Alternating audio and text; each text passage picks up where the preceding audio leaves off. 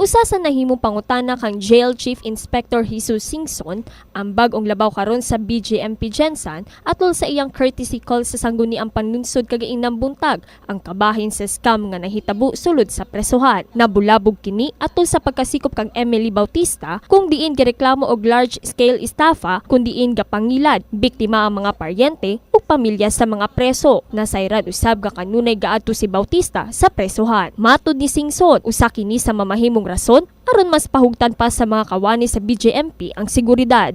Yes ma'am, dahil dun sa mga kamag-anak nila na loko sa labas. Opo, magkakaroon po tayo ng information dissemination siguro para sa mga inmate natin. Sabihan nila yung mga relatives nila na kung may lumalapit sa kanila ay dapat magtanong-tanong naman sila. I-verify kung legitimate project ba yun o sino yung mga tao na yun para hindi sila maloko. Moabot sa 1,600 na mga inmates karon sa BJMP Gensan, kung diin 49 sa mga niini gilangkuban sa mga children in conflict with the law. 27 niini senior citizens kung mga idara na. 15 usab giilang high risk and high profile inmates. Aminado ang labaw sa BJMP nga daghan na ang ihap sa mga inmate karon kung diin nagkulang na sa pasilidad ang presuhan. Mao nga hangyo sa labaw sa BJMP nga dunay imog ng bag-ong gambalay.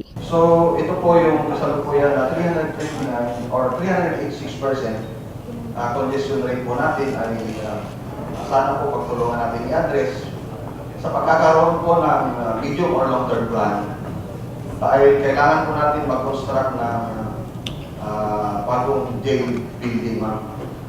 Anyway, ang kasalukuyang building po natin ng General Santos City Jail ay ready po ito for second floor.